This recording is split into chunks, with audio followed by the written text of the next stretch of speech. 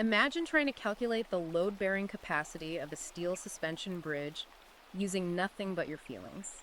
Oh boy, good luck with that. Right. Like, you don't use physics, you don't use mathematics, and you certainly don't use, any historical engineering data at all. You're just totally winging it. Exactly. Instead, you just sit the whole construction crew down in a circle and you ask them how the tensile strength of the cables validates their lived experience. Wow. And then when the bridge inevitably collapses, you don't blame gravity. You blame the structural engineers for lacking empathy. Yeah, that's a wild hypothetical. Well, according to a highly provocative new manifesto, that is actually not a hypothetical scenario at all.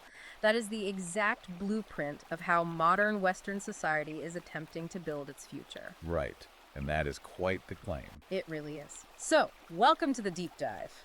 Before we plunge into today's material, please make sure to like and subscribe to the show so you never miss out on our explorations of the most complex, controversial, and frankly fascinating texts out there. Definitely do that.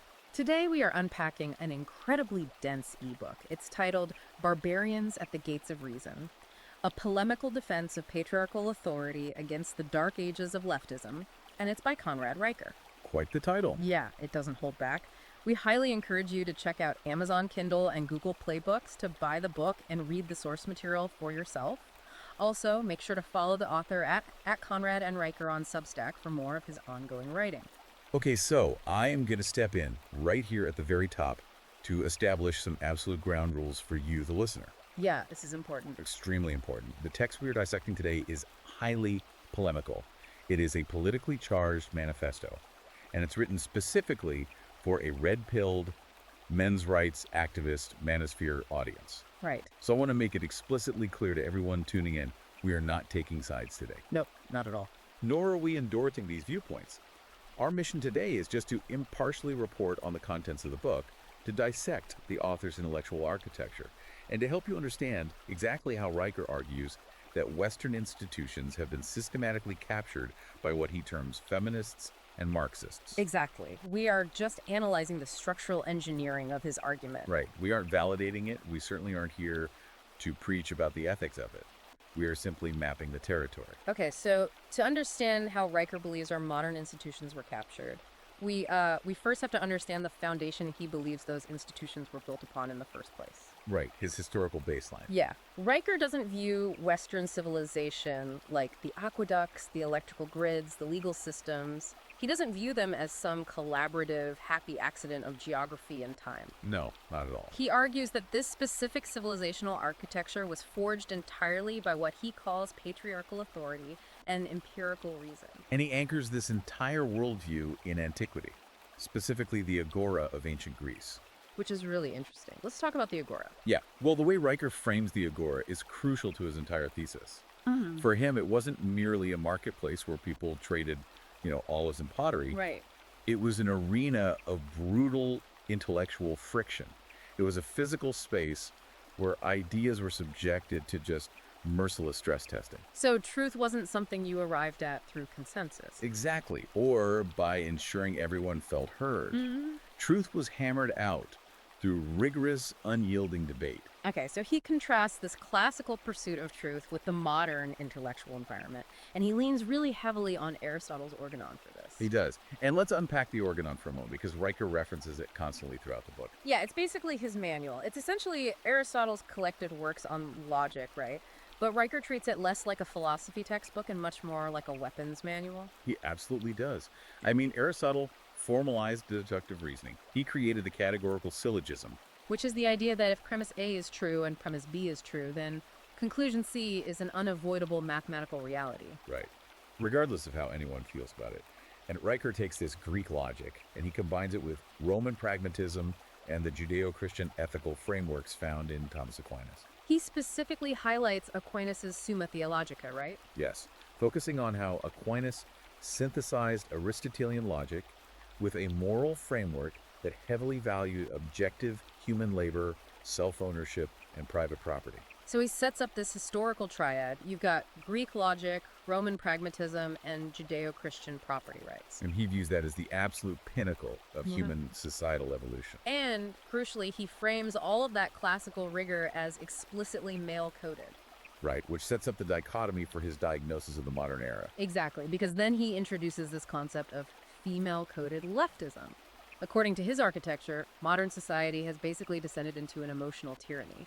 Yeah, he says we've replaced the intellectual combat of the Greek agora with a modern safe space. Right. He draws a direct comparison between modern institutional culture, so think like corporate HR departments or university campuses, and a sterilized daycare center. A daycare center? Wow. Yeah. He says the primary directive of a daycare center is to protect feelings and prevent any physical or emotional abrasions, which completely subordinates objective reality to emotional comfort.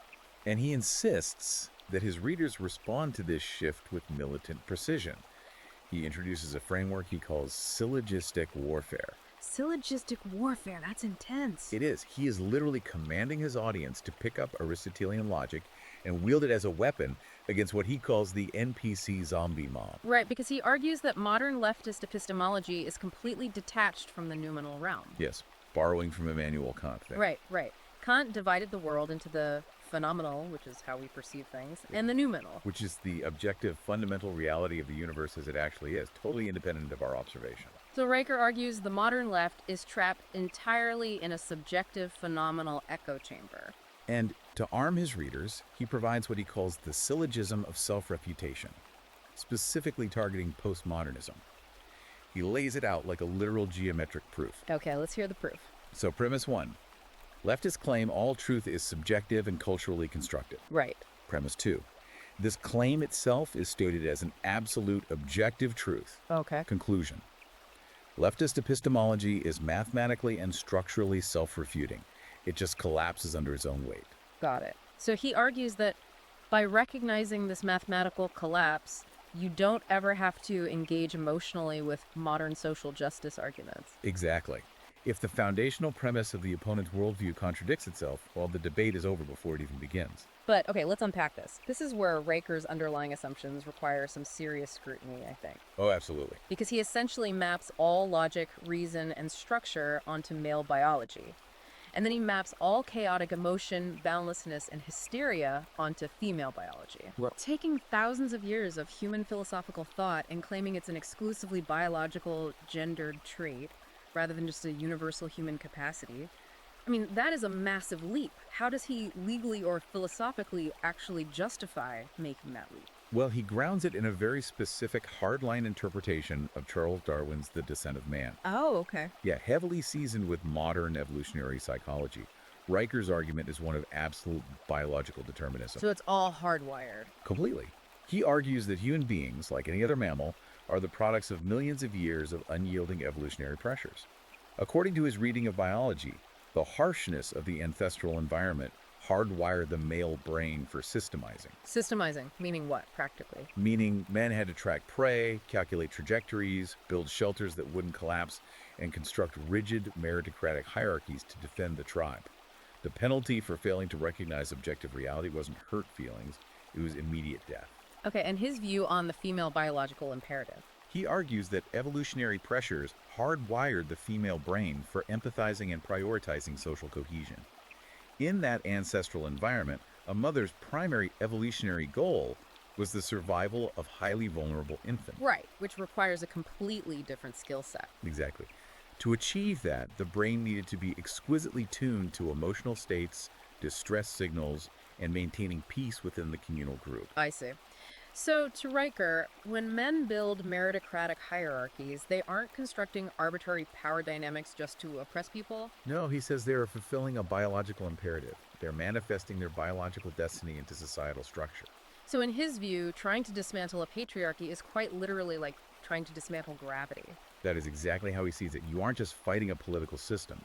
You are fighting the biological reality of the human species. Wow.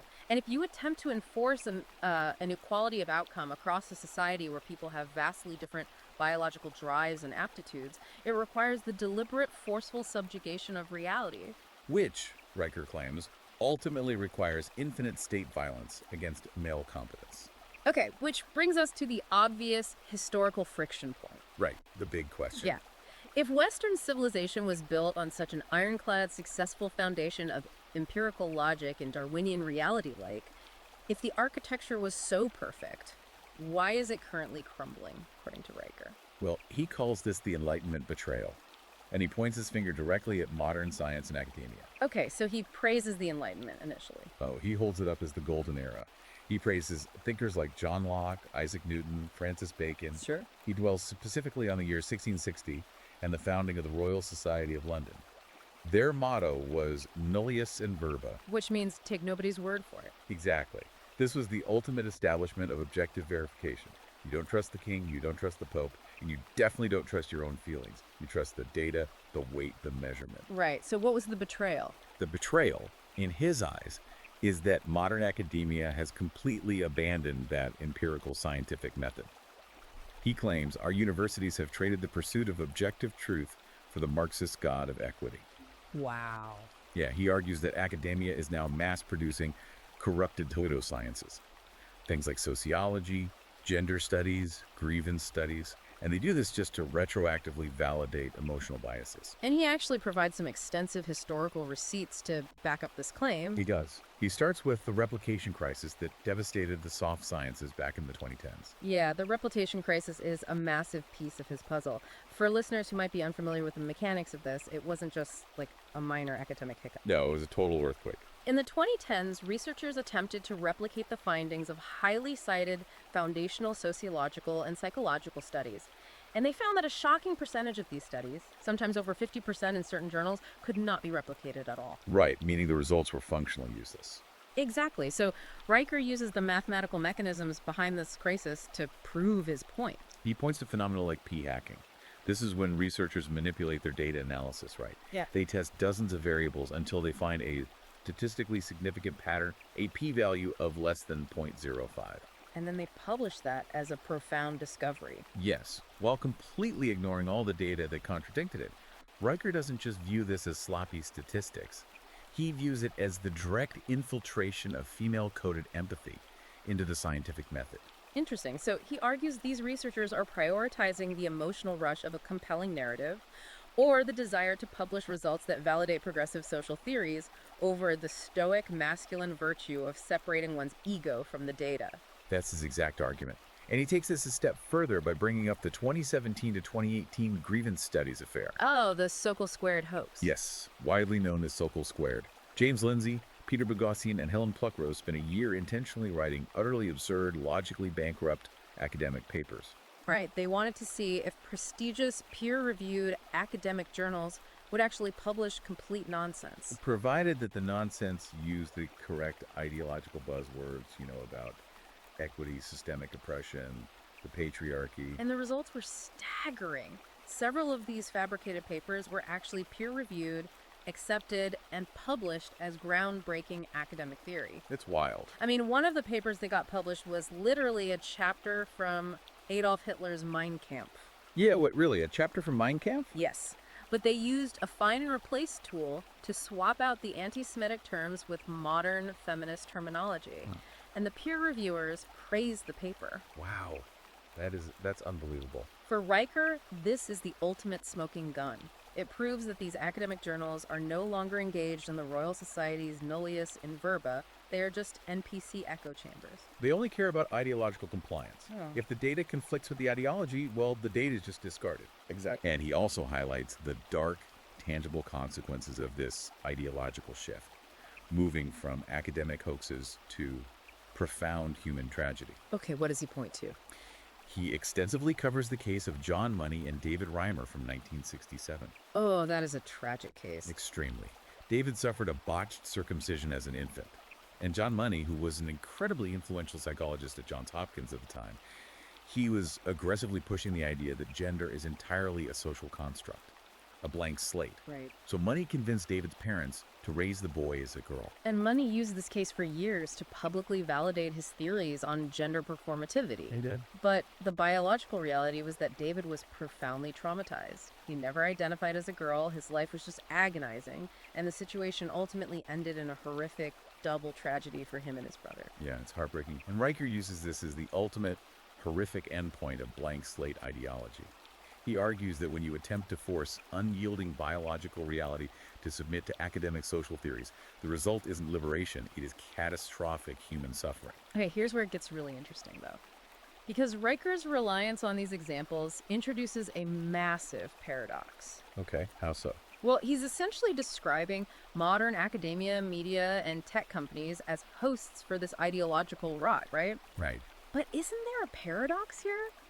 Rikers is presumably typing his manifesto on a laptop, he's using the internet, he's communicating his ideas via satellite networks. All of these things are the direct result of Newtonian physics, the scientific method, and high-trust academic research. That's a very fair point. I look at this like the cordyceps fungus. If you know anything about the cordyceps, it's a parasite that infects an ant.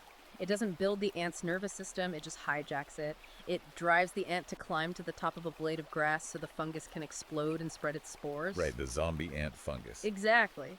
So isn't Riker pointing at the ant and claiming the ant is dead, while completely ignoring the fact that the ant's legs are still perfectly functional?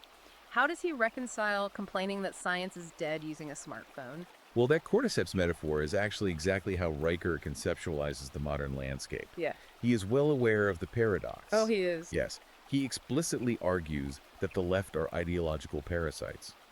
He says they do not build the infrastructure, they don't pour the concrete, they don't string the fiber optic cables, and they certainly don't calculate the orbital mechanics of the satellites. How? He argues they merely inhabit and exploit the infrastructure that was built by patriarchal logic. He literally writes that they are breathing the oxygen of Western civilization while trying to poison the very lungs that produce it. Okay, so they rely entirely on the high-trust, objective frameworks created by the very men they claim to despise. Exactly. Okay, but if the modern university, the HR department, and the media are just hosts for this ideological parasite, it begs the question, who infected the host? Where did the parasite come from? Right, moving from how the institutions act today to who actually engineered this shift. Yeah. Riker doesn't believe this was a spontaneous cultural accident, right? Not at all. He points his finger directly at 1920s Germany, specifically the Institute for Sozialforschung, which is much better known as the Frankfurt School. Okay, setting the scene in 1923. Yes. He explicitly names Marxist theorists like Max Horkheimer, Theodor Adorno, and Herbert Marcuse. According to Riker's reading of history, these Marxist intellectuals were facing a massive crisis of faith in the 1920s. Why? What was happening? Well, the classic Marxist prophecy, that the working class would violently rise up and overthrow the capitalist bourgeoisie, it was failing miserably in the West. Right, because capitalism, despite its flaws, was steadily and undeniably improving the standard of living for the working class. Exactly. The workers didn't want a bloody revolution. They wanted a washing machine and a car. So instead of admitting that their economic theory was flawed, Riker claims they pivoted. Yes, they couldn't win the economic war, so they launched a cultural one. They birthed critical theory. So they basically attempted to destroy Western culture by attacking its foundation. Precisely. Riker argues that the architects of the Frankfurt School realized that the foundational bedrock of Western capitalism wasn't just the banks.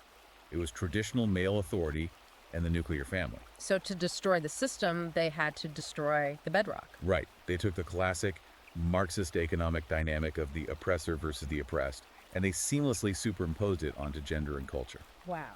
So men, specifically competent men, were assigned the permanent role of the oppressor class. And women, and eventually various minority groups, were assigned the permanent role of the oppressed proletariat. Exactly. And by doing this, they managed to pathologize basic male biology. Meaning what? Success, competence, the drive to build, the drive to protect. These were no longer viewed as positive civilizational forces. They were suddenly reframed as systemic oppression. Which leads into one of the most vivid psychological mechanics Riker outlines in the entire book, the empathy sink. Yes, the empathy sink. Let's detail that concept because it's fascinating. So, Riker argues that in a healthy, functioning civilization based on Judeo-Christian ethics, male empathy is a highly potent, finite resource. Finite, okay? Right. It is evolutionarily reserved for the truly deserving, the innocent, the young, the physically defenseless, the truly defeated. But modern society, under the influence of critical theory, has manufactured a bottomless void of entitled narcissism. He calls it the gynocentric matrix. Right. And he claims it essentially hacks the male biological instinct to protect. It constantly manufactures crises and elevates victimhood to the highest moral status just to extort compliance. So when this high-value male empathy is drained by people who simply refuse to take personal responsibility, Riker views it as a parasite feeding on male vitality. He does. And he brings in modern psychological research to back this up. Okay, like what? He points to the work of Scott Lilienfeld. In 2017, Lilienfeld rigorously examined the concept of microaggressions, and he demonstrated that the concept lacked scientific validity and essentially functioned as a tool to hypersensitize people to perceive offense where none was intended. Right. So Riker uses this to show how the system actively expands the definition of harm, ensuring an endless supply of victims demanding resources. Exactly. He also points to the firing of James Damore at Google in 2017. Oh, I remember that. For those who don't remember, Damore was a software engineer who wrote an internal memo. He basically applied basic, widely accepted evolutionary psychology to explain why there might not be a perfect 50-50 gender parity in certain highly technical coding jobs. Right. He suggested that men and women, on average, have different biological interests. Yeah. Men lean toward things and systems, women lean toward people. And the corporate immune system just attacked him with unprecedented ferocity. Google fired him. And to Riker, this isn't just a corporate HR dispute. It is absolute proof that the system will actively financially destroy any man who dares to speak objective biological truth if that truth violates the emotional comfort of the collective. So what does this all mean for the listener? I mean, if you are listening to this on your commute, stuck in traffic, heading to a corporate job, what does Riker say is actually happening to you? It's a good question. Is he claiming this was a literal smoke-filled room conspiracy since 1923, where HR departments are secretly reading Herbert Marcuse? Or is he saying it's an emergent behavior of a system that rewards victimhood? He views it as a synthesis of both, actually. The intellectual virus was engineered in the smoke-filled rooms of the Frankfurt School, but it has now become an emergent automated system. Okay, how does it automate? He relies on moral psychologist Jonathan Haidt's work, specifically the Care Harm Foundation. Humans are wired to care for the vulnerable and punish those who harm them. Right, that makes evolutionary sense. Well, Riker argues critical theory successfully hijacked this evolutionary foundation. Now, the system operates on autopilot. Modern media, corporate HR departments, and family courts function as automated grievance mills. So the people running them don't need to be avowed Marxists. Exactly.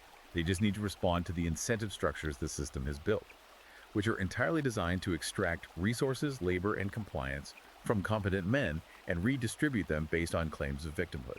Wow, okay, so that perfectly bridges the gap between abstract ideology and the tangible economic reality of the listener. It really does. Because Riker doesn't just stay in the realm of philosophy.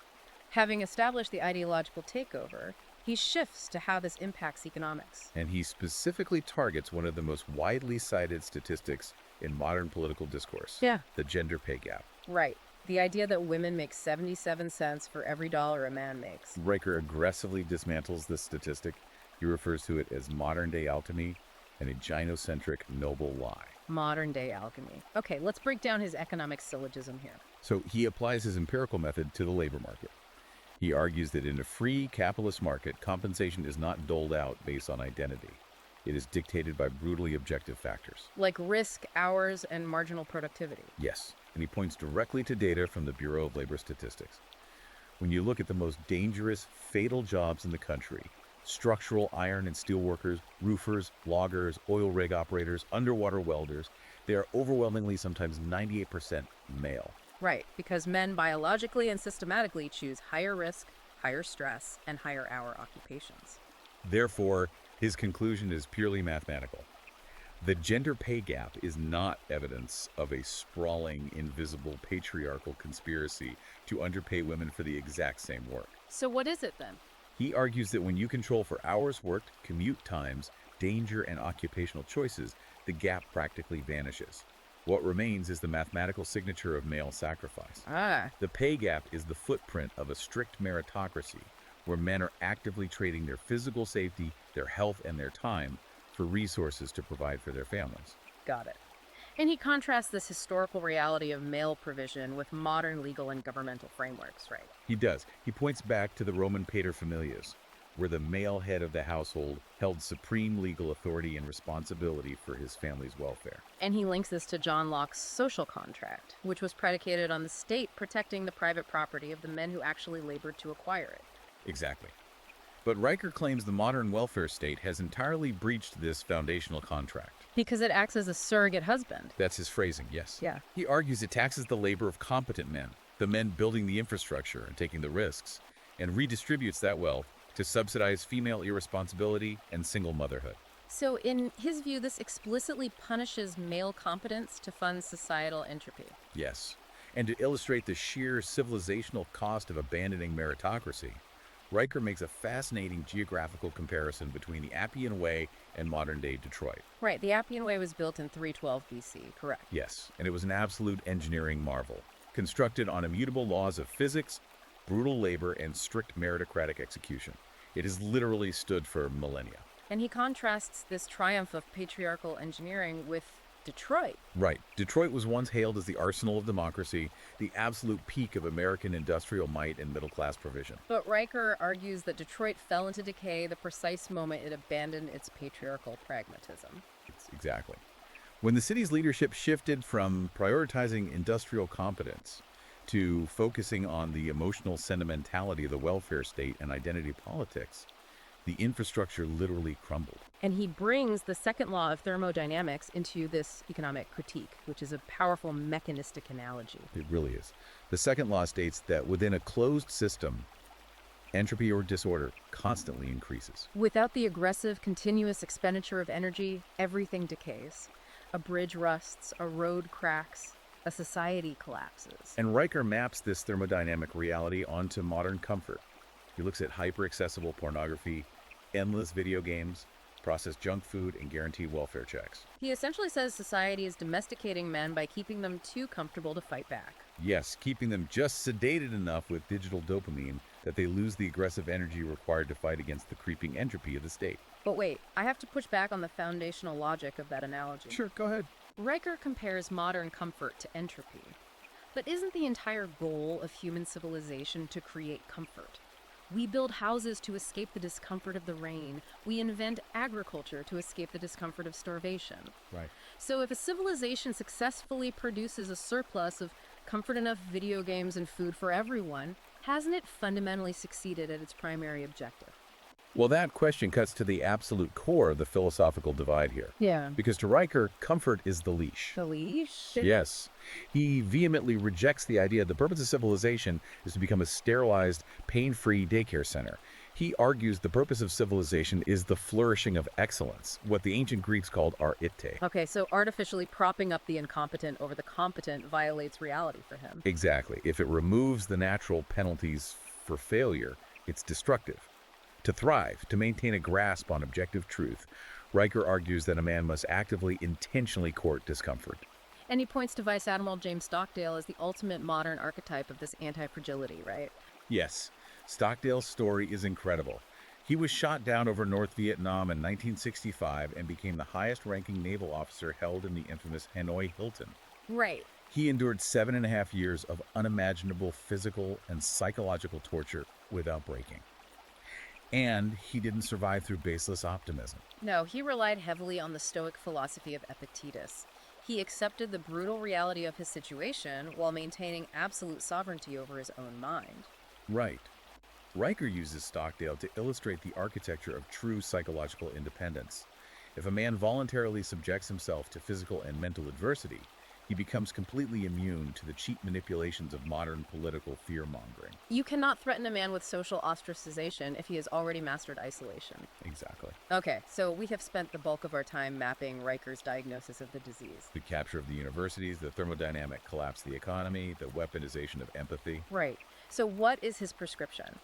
If a listener actually accepts this framework, how does Riker tell them to survive and conquer this landscape? This brings us to his final thesis: reclaiming the forge and retreating to the fortress of solitude.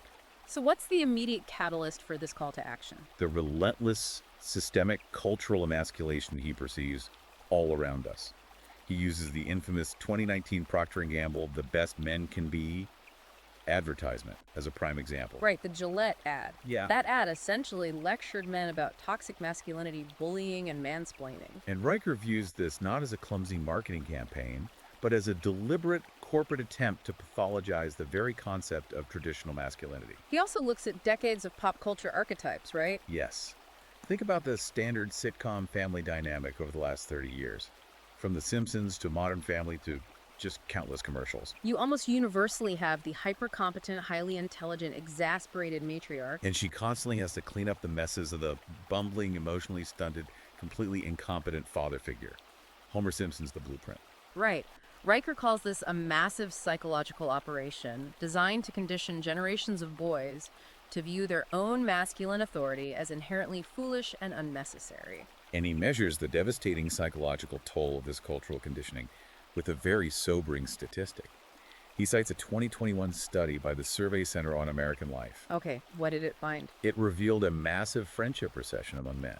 Nearly 15% of modern American men report having exactly 0 close friends. Wait, 15% of men have 0 close friends. 0. Yeah, it's wild. That number has skyrocketed over the past few decades. Men are wandering the landscape completely atomized, isolated, and disconnected from natural fraternal support systems. And Riker views this atomization not as an accidental byproduct of technology, but as the desired outcome of a system that wants to replace male brotherhood with complete reliance on the state. Because isolated men are dependent men. Wow. So his solution is incredibly radical. He advocates for absolute rejection of the current system. Total rejection. He calls the first step reclaiming the forge. And he means this quite literally in a physical, biological sense. Right, applying Newtonian physics directly to the endocrine system. Yes, he is prescribing progressive overload in the gym, heavy deadlifts, cold showers, strict intermittent fasting. He views this physical cultivation as almost a divine mandate. He actually cites the Apostle Paul's letter to the Corinthians that the body is a temple. But his reasoning goes far beyond aesthetics or health. To Riker, you cannot fight an ideological war with an estrogen-dominant, sedated biology.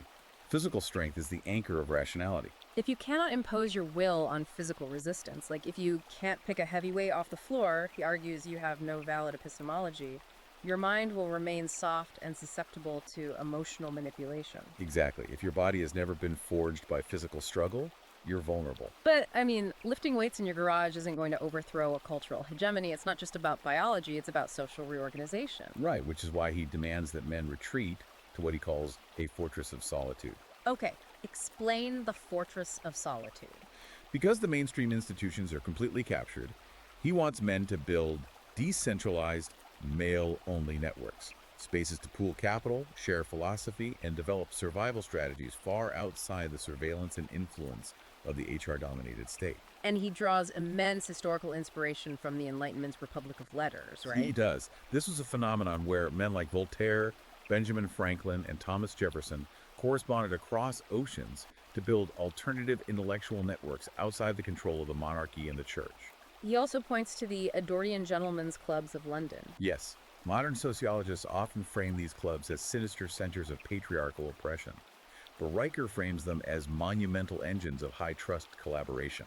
They were physical spaces where competent men negotiated treaties, funded global scientific expeditions, and spoke objective truth without the presence of emotional policing. Exactly. And he points out a glaring cultural hypocrisy regarding these spaces. What hypocrisy? He highlights how the mainstream media wildly celebrated the wing. Do you remember the wing? Oh, yeah, it was a very popular female-focused co-working space founded in 2016. Right, and it flatly prohibited men from joining or even entering. The media praised it as an empowering, necessary sanctuary. But Riker notes, if men try to build the exact same civic organization, a private space dedicated solely to male brotherhood and intellectual development, it is immediately sued, protested, and smeared by that same media as a dangerous bastion of toxic patriarchy. To Riker, this proves the establishment views female spaces as sacred and male spaces as an existential threat to its control. So if we connect this to the bigger picture, Riker invokes Voltaire's Candide, specifically the idea of cultivating your garden. But if the most competent, rational men completely withdraw their labor and build underground monasteries, isn't he just guaranteeing the collapse of the very civilization he wants to save? I mean, if the men holding the bridge up walk away, the bridge falls, right? Well, Riker's answer to that is rooted in pure cold Roman pragmatism. He views the current mainstream institutions as a rotting corpse. They're already dead, they just haven't fallen over yet. So his strategy isn't to save the Matrix at all. Not in the slightest. He points out that when the Visigoths finally sacked Rome, they weren't destroying a robust republic. They were sacking a civilization that had already sacrificed its vigor to the comforts of bread and circuses centuries earlier. So you don't negotiate with a parasite. And you certainly don't try to heal the host when the infection is terminal. You starve it, His strategy is for the red-pilled man to become the neo-patriarch. Meaning you withdraw your competence, you withdraw your financial support, and you let the corrupted systems collapse under the immense dead weight of their own mandated incompetence. Yes, your only duty is to ensure that you have built impervious, stoic networks. Your fortress of solitude capable of outlasting the impending Dark Ages. You don't try to save the ruins of Rome, you survive the sack, and you rebuild from the rubble using the immutable laws of logic and physics. Wow. Okay, let's take a collective breath here.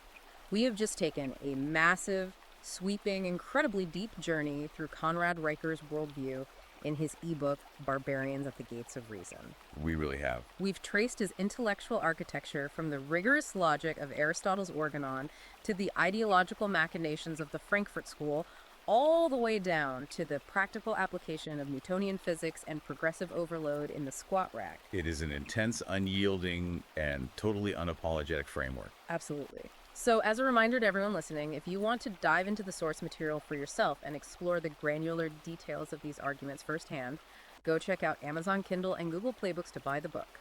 And be sure to follow the author at Conrad Riker on Substack to explore more of his ongoing writings, cultural analysis, and philosophical essays. We also want to remind you to please like and subscribe to this show so you never miss our future deep dives into the text shaping our cultural conversations. We deeply appreciate you taking this complex journey with us today.